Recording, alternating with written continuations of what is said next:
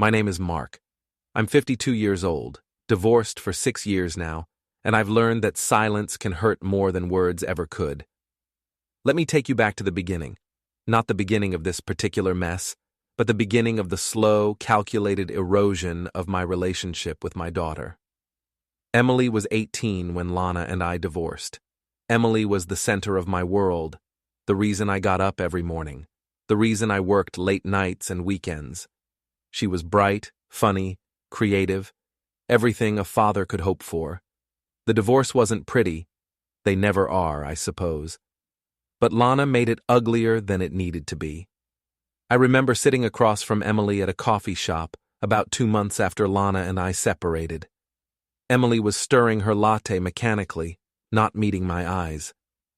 "Dad," she said quietly, "Mom says you didn't want to pay for my college." My heart dropped. "What? Emily, that's not—" She showed me the emails. "You said it was too expensive." I felt the blood drain from my face. "Sweetheart, I said one school was too expensive because it would have put us both in debt. I have a whole list of amazing schools we can afford. I've been setting aside money for your education since you were born." Emily looked up at me then, confusion flickering across her face. "Mom said you refused to help at all." That was the first crack, the first lie, but it wouldn't be the last.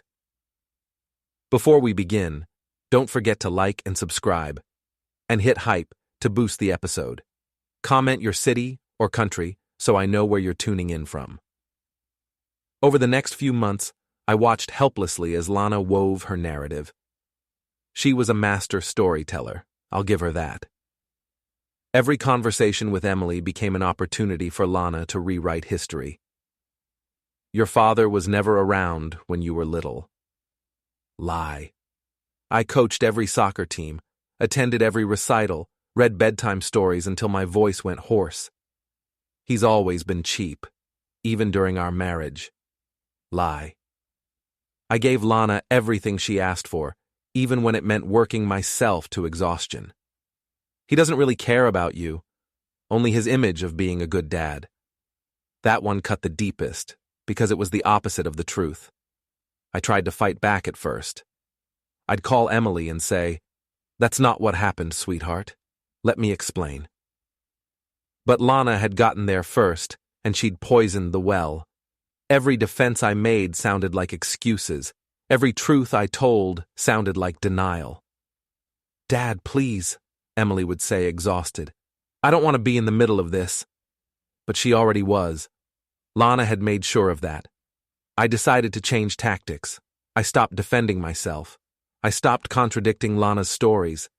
Instead, I just showed up. I sent Emily texts every few days. Nothing heavy, just little check-ins. "Hope your exam went well. Saw this and thought of you. Love you, sweetheart." Sometimes she'd respond, often she wouldn't. I paid for her college expenses without fanfare. I sent birthday cards and Christmas gifts. I offered to visit, to take her to dinner, to just talk on the phone. Sometimes she'd accept. More often, she'd say she was busy, and I understood. I wasn't angry with Emily. How could I be? She was caught between two parents who were telling her two different stories, and she was just trying to survive. Lana was the one she lived with, the one she saw every day, the one whose approval she needed to maintain peace in her daily life. So I waited. I stayed present without being pushy. I showed love without demanding it in return. The years passed. Emily graduated college, got her first apartment, started her career in graphic design. Through it all, I remained on the periphery of her life, a distant figure who sent encouraging texts and birthday money, but was rarely invited to the meaningful moments. Then, about 2 years ago, Emily started dating someone named Jason. I learned about it through social media, of course. Lana posted pictures of Emily and her wonderful boyfriend, with captions about double dates and family dinners. I wasn't surprised that I hadn't been told directly. By that point, I'd grown accustomed to being the last to know anything. I sent Emily a text. "Saw you're seeing someone. He looks nice. I'm happy for you, sweetheart. She responded 3 days later. Thanks, Dad. 2 words. It was something. Last year, the posts changed. Lana started dropping hints about weddings and futures. Photos of Emily and Jason at jewelry stores. Comments about starting to plan the big day. My stomach would knot every time I saw these posts because I just knew, that when the wedding happened, I wouldn't be part of it. I told myself I was being paranoid. What mother wouldn't invite the father to his own daughter's wedding? What daughter would exclude her dad from the most important day of her life? But deep down, I knew Lana was capable of exactly that. The months rolled by. The posts became more frequent. Lana shared pictures of venue visits, cake tastings, dress shopping. Every single photo was carefully curated to show our perfect little family. Lana, Emily, Jason, and Lana's boyfriend Richard, who'd been in the picture for about 3 years. I wasn't in a single photo, not one. I kept waiting for the call, the text, the email, something to indicate I was part of this process. I imagined Emily calling me, nervous and excited. Dad, Jason proposed. We're getting married. I imagined her asking me to walk her down the aisle, or at least inviting me to the wedding as a guest. But the call never came. Instead, the posts continued. Finalized the venue. Found the perfect dress. Invitations going out next week. I should have said something. I should have called Emily and asked directly, Am I invited to your wedding? But I couldn't bring myself to do it. The thought of hearing her say no, or worse, hearing the embarrassed silence that would confirm she'd never planned to invite me, was too painful. So I waited, and hoped, and told myself that maybe, just maybe, the invitation was coming. Then came that Tuesday afternoon in late September. I was sitting in my home office, reviewing some paperwork, when my phone buzzed with an Instagram notification. Lana had posted a photo. I almost ignored it. I'd grown tired of seeing her curated version of Emily's life, her carefully filtered snapshots that erased my existence. But something made me click. The photo showed Emily in a white dress, radiant and beautiful, holding a bouquet of roses. Jason stood beside her in a navy suit, beaming. The caption read, Our daughter's dream wedding, the most magical day celebrating love and family. I stared at my phone, unable to breathe. The wedding had already happened. My daughter had gotten married, and I hadn't been there. I hadn't been invited. I hadn't even been told it was happening. I scrolled through the post. Lana had uploaded not just one photo, but an entire album. 180 photos. Emily walking down the aisle, with Richard beside her, not me. Emily exchanging vows. Emily cutting the cake. Emily dancing, laughing, celebrating. In every photo, she looked happy. And I wasn't there. I sat there for a long time, phone in hand, feeling something inside me break. It wasn't anger, not yet. It was a deep, hollow grief. This was it. This was the final proof that Lana had won. She'd successfully erased me from Emily's life, and my daughter had let her do it. I thought about calling Emily, demanding an explanation. I thought about commenting on the post. Congratulations on the wedding I wasn't invited to. I thought about calling Lana and asking her what the hell she'd done. But I didn't do any of those things. Instead, I clicked the little heart icon on the post. One simple emoji. Then I set my phone down, walked to my bedroom, and sat on the edge of my bed. I didn't cry. I just sat there in silence, processing the fact that I'd lost my daughter, not to death or distance, but to manipulation and lies. Sometimes the smallest reaction cuts the deepest.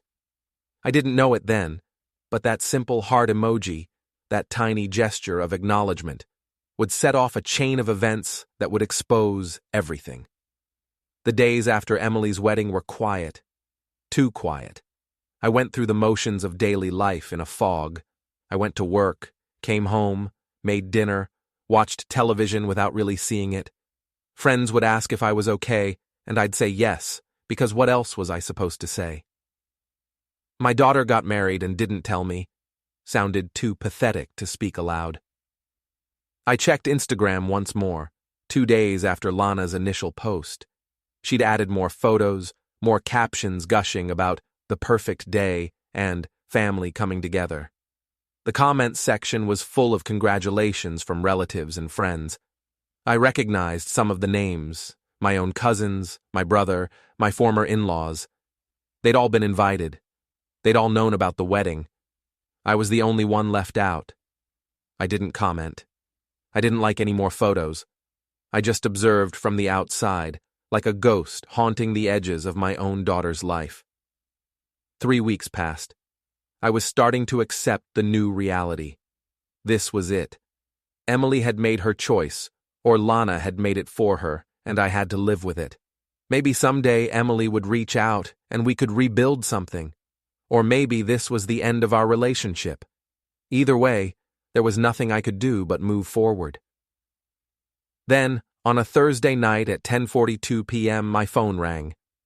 I was in bed, reading a book I'd started 3 times without retaining a single word. When I saw Lana's name on the screen, my first instinct was to decline the call. I hadn't spoken to her in over a year, and every conversation we'd had before that had been hostile and exhausting. But curiosity got the better of me. Maybe she was calling to apologize. Maybe she'd realized how cruel it was to exclude me from the wedding. I answered. "Hello? Mark!" Her voice was shrill, panicked, nothing like the smug, controlled tone I was used to. "The venue, the final payment bounced." I pulled the phone away from my ear, startled by the volume. "What?" "The wedding venue. They said the final payment didn't go through. The check bounced, and the honeymoon. The resort canceled the entire trip. They said there was no payment." I sat up slowly, my brain struggling to process what she was saying. "Lana, what are you talking about?" "You were supposed to send the $45,000, she screamed. "For the venue and the honeymoon. You were supposed to pay for it. Why didn't you send the money?"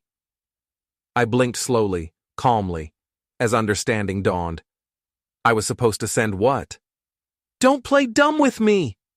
Her voice cracked with hysteria. "You know the agreement. You always pay for the big events. You paid for Emily's graduation party. You paid for her car. You promised to help with the wedding. You always said you'd be there for her." My hand tightened around the phone. My voice remained even, almost detached. "Lana, there was an agreement that I'd pay for big events in Emily's life. That's true. Then why? But I need to know something." I paused, letting the silence stretch. "When was this wedding?" "You know when it was. September 24th, 3 weeks ago." I let out a slow breath. "That's interesting, because no one told me there was a wedding." The line went silent. I continued, my voice dangerously calm. "I wasn't invited, Lana. I didn't receive an invitation. I didn't get a phone call. I didn't get a text. I found out my daughter got married by seeing it on Instagram.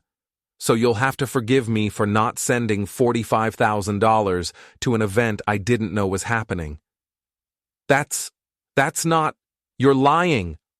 Her voice was shrill, desperate. "Am I?" My voice was ice. "Go ahead. Show me the invitation you sent.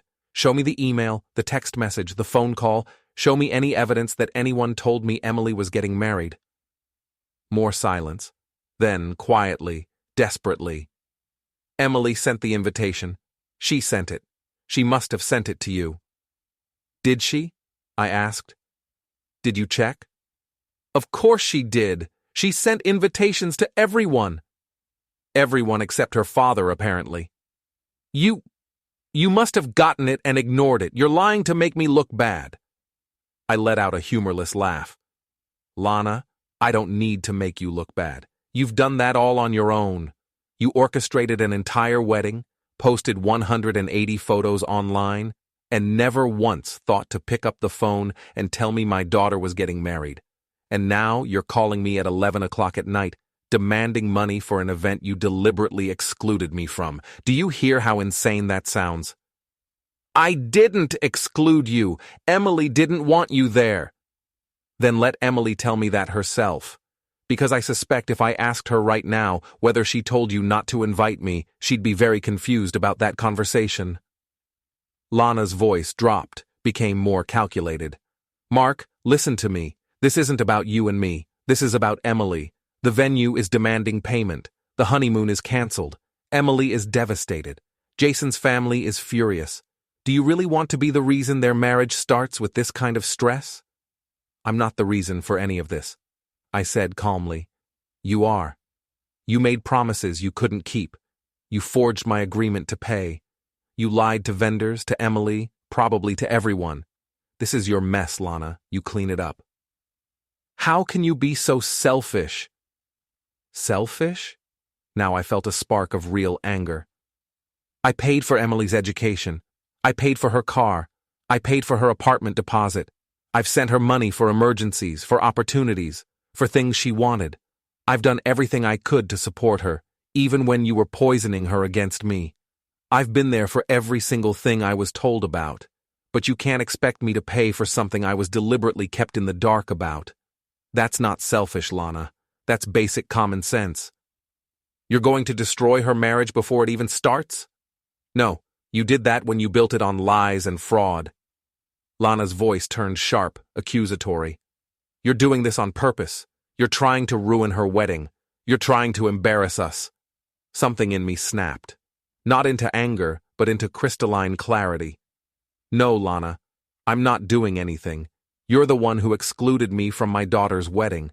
You're the one who let her walk down the aisle with your boyfriend instead of her father. You're the one who posted 180 photos on Instagram without thinking for 1 second about how that would feel for me. And now you're calling me at almost 11 o'clock at night, screaming about money you assumed I'd pay for an event you never told me about. So no, I'm not trying to ruin anything. You did that all by yourself. You're a selfish bastard. You always have been. This is exactly why Emily doesn't want you in her life. I felt the words hit like a physical blow, but I kept my voice steady. If that's true, then she should have no problem telling me herself. But I suspect that's not true, Lana. I suspect Emily has no idea you didn't tell me about the wedding, and when she finds out, she's going to be furious with you, not me. You don't know what you're talking about. Emily understands. She knows you were invited and chose not to come. Then you have nothing to worry about, I said calmly. Call Emily right now. Tell her I'm refusing to pay for the wedding. See what she says. I'm willing to bet she'll have some questions about why I wasn't there. Questions you won't have good answers for. Good night, Lana. I hung up. My hands were shaking. Not from anger, but from adrenaline and hurt and something else. A strange sense of vindication. For 6 years, Lana had controlled the narrative. She'd painted me as the villain, and I'd had no way to prove otherwise. But now, she'd made a mistake. A big one. And the truth was about to come out. I set my phone on the nightstand and tried to return to my book, but the words still wouldn't stick. My mind kept replaying the conversation, Lana's panic, her assumptions, her rage. She'd planned this. She'd orchestrated the whole thing. She'd excluded me from the wedding, assuming I'd pay for it anyway because I always supported Emily. She thought she could have her perfect family moment without me and still get my money. And when her plan fell apart, she blamed me. I almost laughed. Almost. Instead, I turned off the light and lay in the darkness, waiting for what I knew would come next. The messages started the next morning. I woke up to 17 text messages from Lana, each one more desperate than the last. Lana. Mark, this is serious. The venue is threatening legal action. Lana. You need to fix this now. Lana. I don't care about our history. This is about Emily. Lana. You're going to destroy her marriage before it even starts. Lana. The honeymoon company wants $18,000. The venue wants $27,000. Pay it. Lana. This is your daughter. How can you do this to her? Lana. Everyone is going to know you refused to help. Everyone will know what kind of father you are. I read them all without responding. Then I made coffee, ate breakfast, and went to work. The messages continued throughout the day. Lana. Answer me. Lana. I'm going to tell Emily you're refusing to help. Lana. You're a coward and a deadbeat. Lana. I should have known you'd do this. You never cared about her. I blocked her number after the 23rd message, but the fallout was only beginning. That evening, I received an email from the wedding venue. It was addressed to me, CC'd to Lana and Emily. Subject: Outstanding balance. Urgent. Dear Mr. Patterson, this is a final notice regarding the outstanding balance for the wedding reception held on September 24th at Riverside Manor. The check for $27,000 was returned due to insufficient funds, and we have been unable to reach the primary account holder, Ms. Lana Patterson. According to our records, you were listed as the responsible party for payment. We require immediate payment to avoid legal action. Please remit payment within 5 business days. Sincerely, Riverside Manor Events. I stared at the email, dumbfounded. I had been listed as the responsible party. I'd never signed anything. I'd never spoken to anyone at Riverside Manor. How was I listed as responsible for payment? The answer came to me quickly. Lana had forged my agreement, or lied to the venue, or both. I drafted a careful response. Dear Riverside Manor, I was not informed of this event, did not attend this event, and never agreed to be financially responsible for this event. I did not sign any contracts with your venue, nor did I authorize anyone to use my name for payment purposes. I recommend you pursue payment from the person who actually booked and attended the event. Sincerely, Mark Patterson. I sent it. Then leaned back in my chair. This was escalating fast. 2 days later, another email arrived, this time from the honeymoon resort. Subject: Cancellation of reservation. Refund denied. Dear Mr. and Mrs. Phillips, your honeymoon reservation for October 10, 20 has been canceled due to non-payment. The deposit of $5,000 has been forfeited. The remaining balance of $13,000 was due on September 15th and was never received. As per our cancellation policy, we cannot offer any refunds for cancellations made less than 30 days before the check-in date. We wish you the best. Sincerely, Paradise Cove Resort. Emily and Jason weren't going on their honeymoon. The resort had canceled it entirely. I felt a pang of sadness for Emily. Whatever Lana had done, Emily didn't deserve to have her honeymoon canceled. But I also knew that this wasn't my fault. I hadn't been told. I hadn't been asked. I couldn't be held responsible for something I'd never agreed to. The emails kept coming. Vendors, caterers, photographers, all sending late payment notices, all addressed to various combinations of Lana, Emily, Jason, and occasionally me. It became clear that Lana had made promises she couldn't keep. She'd told vendors that payment was coming, that everything was handled, that her wealthy ex-husband would take care of it all. And then, she'd never followed through.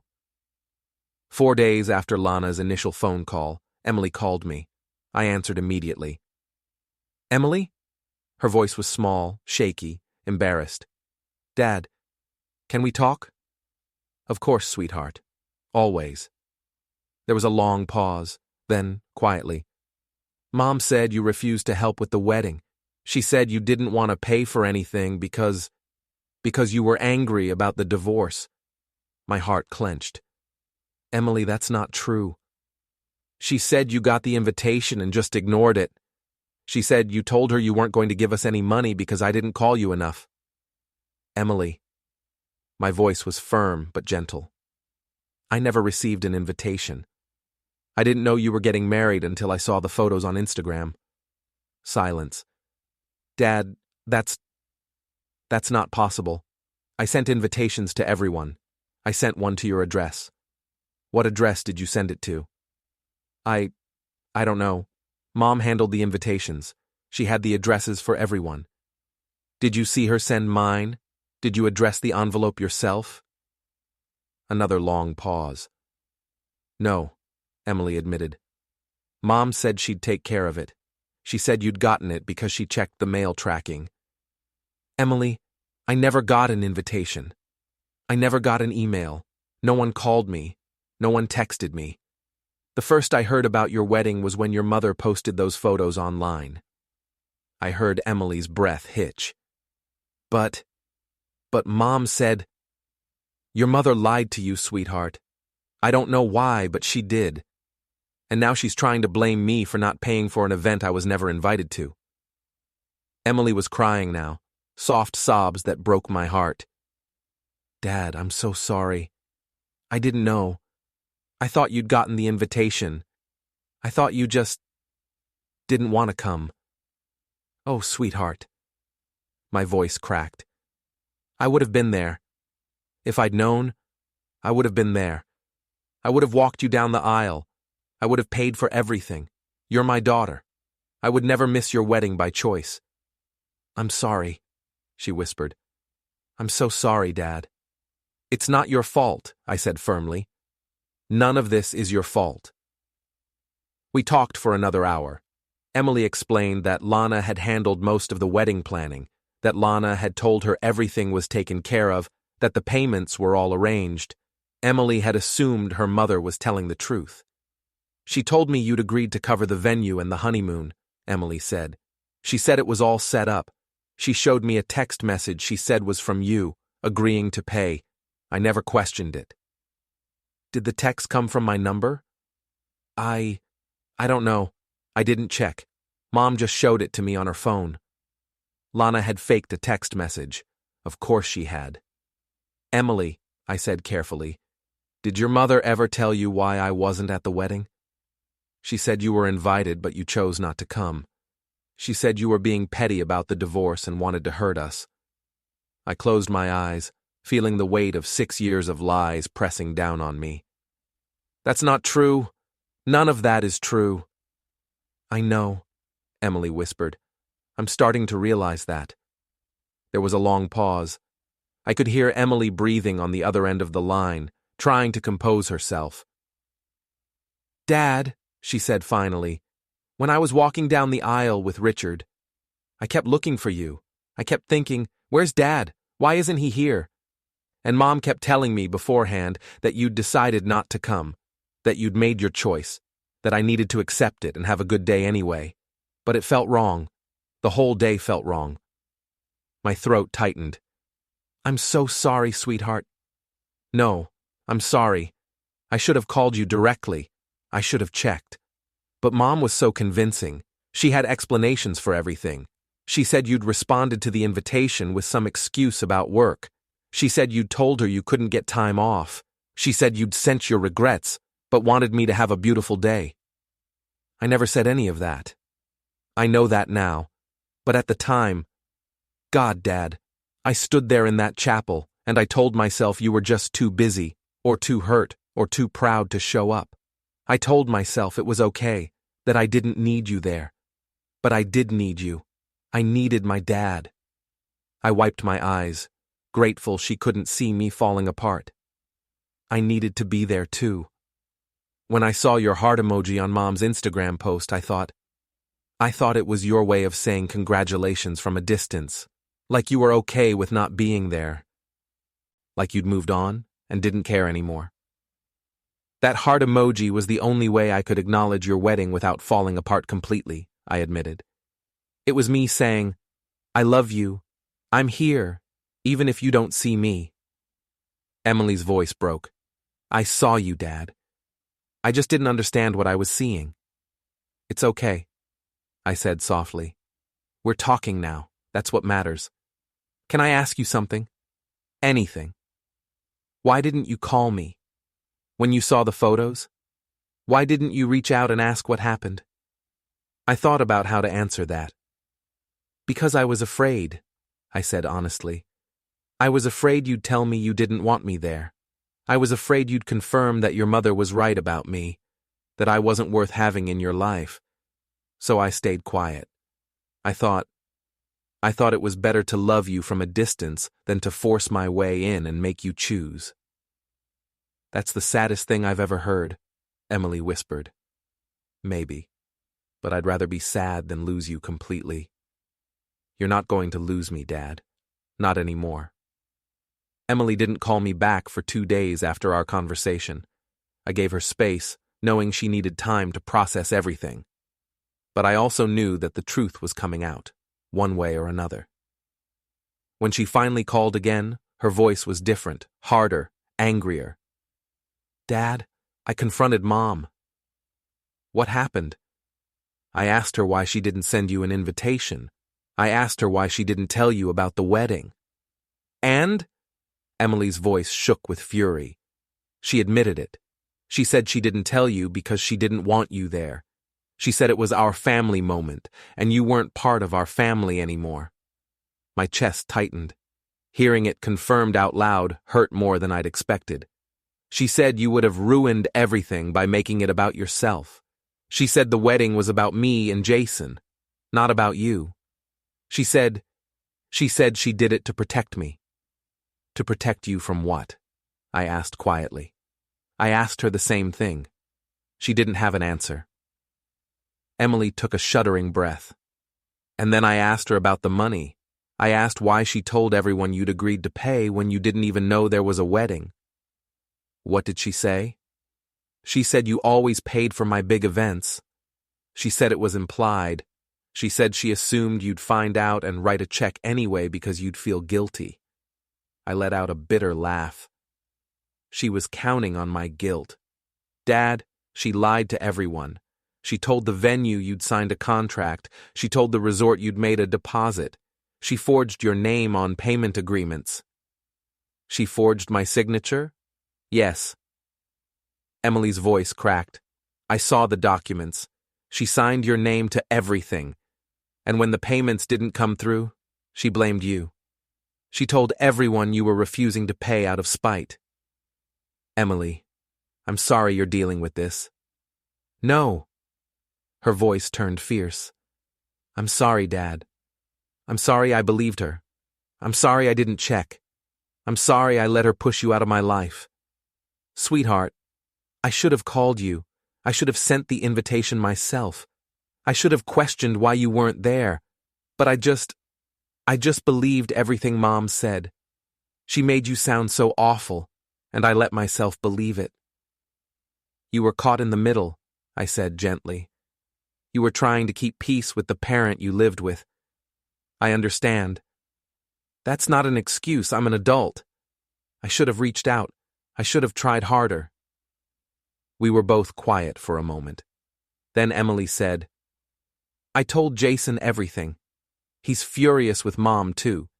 He said he never would have agreed to the wedding if he'd known you weren't invited. He said it was wrong, and he wants to make it right. That's good of him. And I told the rest of the family, Grandma, Aunt Susan, Uncle Mike, everyone who was at the wedding. I told them you were never invited, that you never knew. I told them Mom lied. How did they react?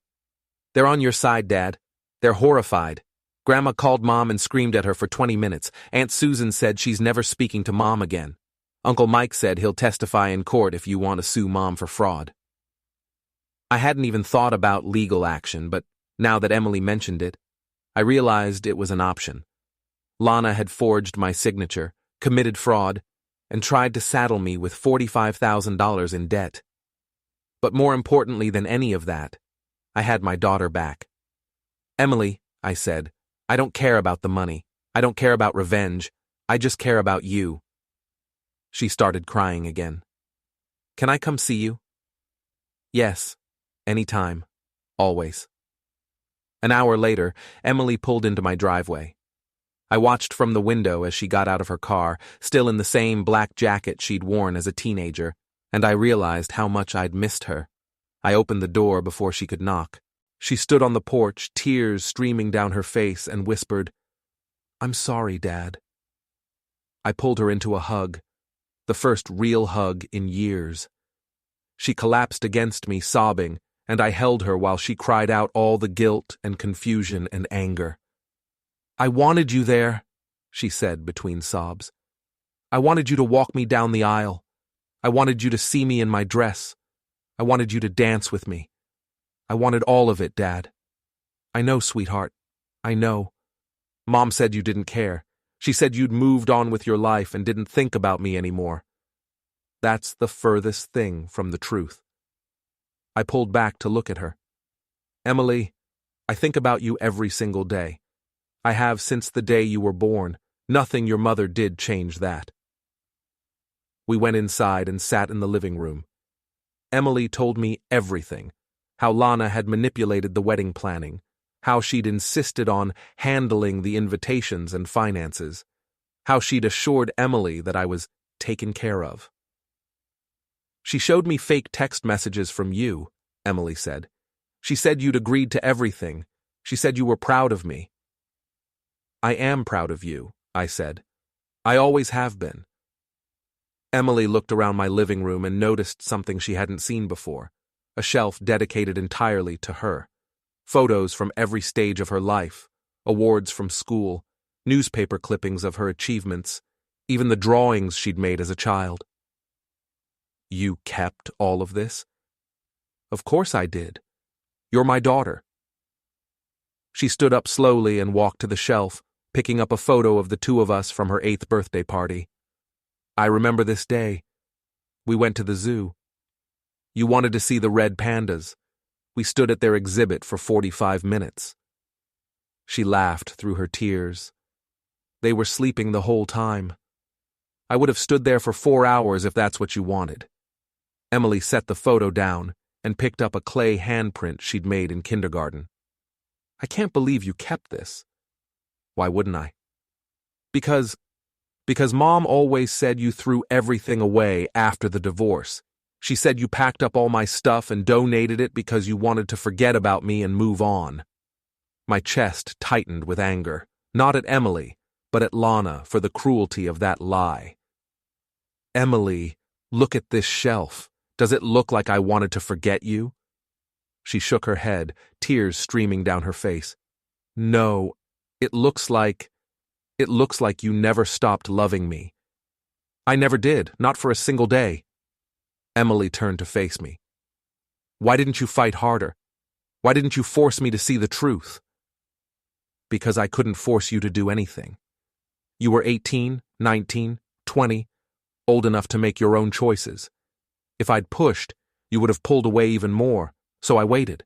I stayed present. I hoped that someday you'd see through the lies on your own. That must have been so hard. The hardest thing I've ever done, I admitted. But you were worth waiting for. Emily came back to the couch and sat beside me, leaning her head on my shoulder like she used to when she was little. I missed you, Dad. I missed you too, sweetheart. Every single day. Tell me about your life. I don't know anything about what you've been doing. Mom always said you were too busy with your new life to care about me, so I stopped asking. So I told her. I told her about the promotion I'd gotten at work, the volunteer tutoring I'd started doing at the community center, the woodworking hobby I'd picked up. I told her about the small triumphs and the lonely nights. I told her everything, and she told me about her life, the real version, not the filtered Instagram version. She told me about the stress of her job, her anxieties about marriage, her fears that she wasn't good enough. She told me about the pressure Lana had put on her to have a perfect wedding, to invite the right people, to make everything look good for social media. The whole wedding felt like a performance, Emily said.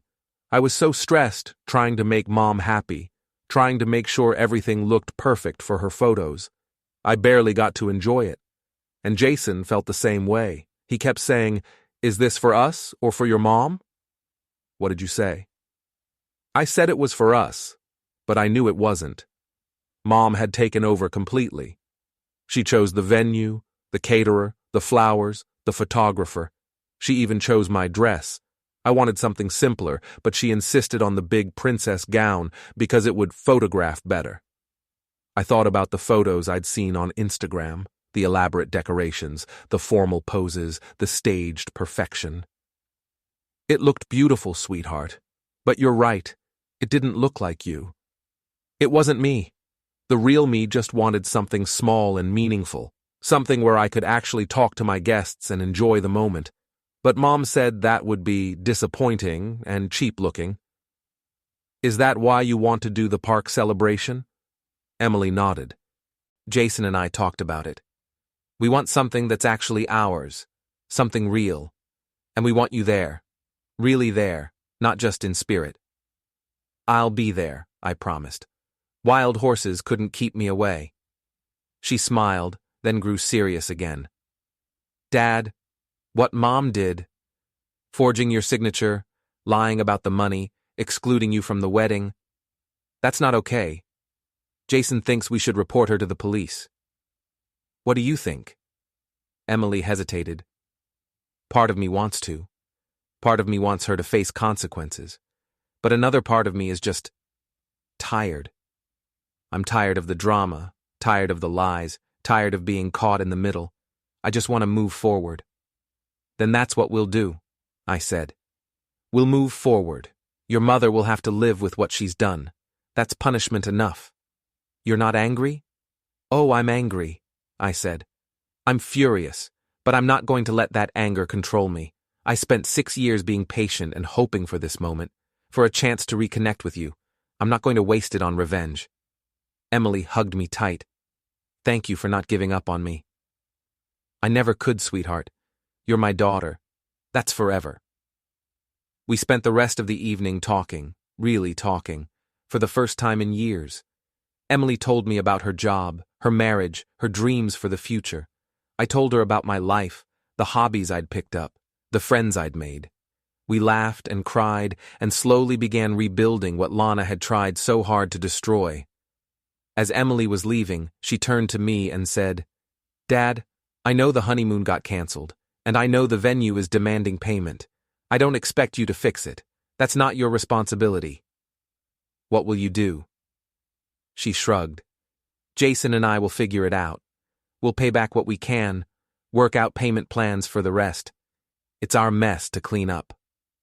Emily, I said carefully, if you and Jason want to have a real celebration, one where everyone's invited, including me, I'd be happy to help with that. Her eyes widened. Dad, you don't have to. I want to. Not some huge expensive wedding. We already know how that turns out. But something small, something meaningful, something that's actually about celebrating your marriage, not about appearances. Emily smiled through fresh tears. I'd really like that. Then let's make it happen. The next few weeks were chaotic. Lana tried everything to backtrack. She called me, texted me, even showed up at my house once. I didn't answer the door. She sent me emails claiming she'd made a mistake, that she'd gotten confused, that she'd thought I knew about the wedding. Every message boiled down to the same thing. She wanted me to pay the $45,000 to make the problem go away. I responded once with a single sentence.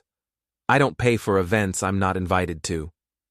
She tried a different approach, claiming I owed it to the family, that I had a moral obligation, that Emily would be devastated if I didn't help. I didn't respond. Then she tried guilt. How can you do this to your daughter? She's suffering because of you.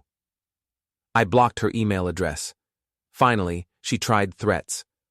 I'll sue you for breach of verbal contract. I'll tell everyone you abandoned Emily. I'll make sure she never speaks to you again. My lawyer sent her a cease and desist letter, along with evidence of her signature forgery and fraud. She went quiet after that. Meanwhile, Emily and Jason were dealing with the financial fallout. They negotiated with the venue, agreeing to pay $15,000 in monthly installments. They lost the honeymoon deposit, but let the rest go. They cut back on expenses, created a budget, and faced the consequences of Lana's lies together. Emily called me one evening, exhausted but determined. We're going to be okay, Dad. It's going to take a while, but we'll get through this. I'm proud of you, I said. You're handling this with grace.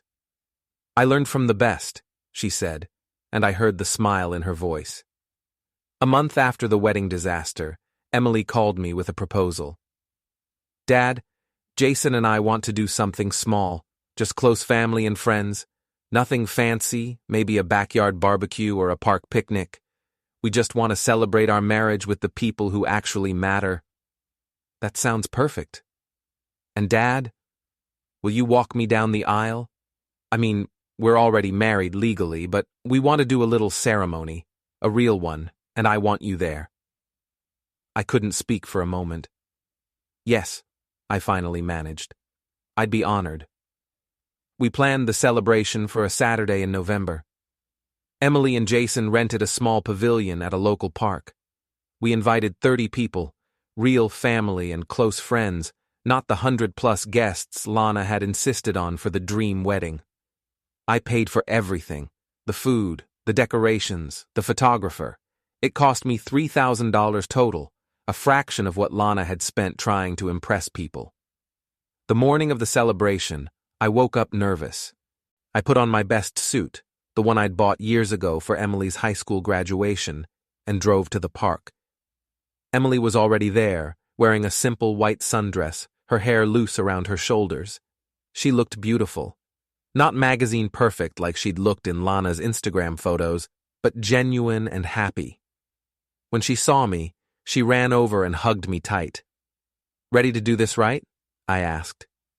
"So ready." We had a friend officiate a short, sweet ceremony. Jason and Emily exchanged new vows, personal ones they'd written themselves. And when the officiant said, "Who gives this woman to be married?" I stepped forward and said, "I do, proudly." There wasn't a dry eye in the pavilion. After the ceremony, we ate burgers and drank lemonade and played lawn games. Emily and I danced to Butterfly Kisses, both of us crying through the whole song. Jason thanked me for being there and for giving him the blessing I'd never gotten to give before. It was simple. It was small. It was perfect. As the sun set and guests started to leave, Emily sat down next to me on a bench. "Thank you, Dad, for everything." "You don't have to thank me." "Yes, I do. You could have been angry. You could have refused to help. You could have held a grudge, but you didn't. You just showed up." I put my arm around her. "That's what fathers do, sweetheart. Not all of them." She leaned her head on my shoulder. "I'm sorry it took me so long to see the truth. The important thing is that you see it now." We sat in comfortable silence, watching the sunset paint the sky orange and pink. "Do you think Mom will ever apologize?" Emily asked quietly. "I don't know," I said honestly. "But it doesn't matter. This isn't about her anymore. This is about us, you and me, and we're okay." Emily smiled. "Yeah, we're okay." Later that night, after everyone had gone home, I sat in my living room thinking about everything that had happened. I thought about the $45,000 Lana had expected me to pay. I thought about the dream wedding that had turned into a nightmare. I thought about the lies, the manipulation, the years of being pushed out of Emily's life. And then I thought about Emily hugging me at the park. I thought about walking her down the aisle. Finally. I thought about the way she'd looked at me when she said, "I'm sorry, Dad. I didn't know." Lana had spent $45,000 trying to create a perfect image, trying to erase me from Emily's life, trying to prove she could have her happy ending without me. And she'd failed. Because at the end of the day, the things that matter can't be bought. Love can't be faked. And truth has a way of coming out, no matter how many lies you tell to cover it up. I'd lost $45,000 Lana claimed I owed, but I'd gained my daughter back, and that was worth more than any amount of money. Sometimes the most expensive lesson is learning that you can't control people forever. Sometimes losing $45,000 is cheap compared to losing something real. Lana learned that lesson the hard way. And me? I learned that silence and patience are more powerful than anger. That showing up, even when you're not invited, is what love looks like. That being written out of the story doesn't mean the story is over. 3 months after the park celebration, Emily called me just to chat. Not because she needed something, not because there was a crisis, just because she wanted to hear my voice. "Hey, Dad, how's your day going?" Those simple words meant everything. I smiled. "It's going great, sweetheart. How's yours?"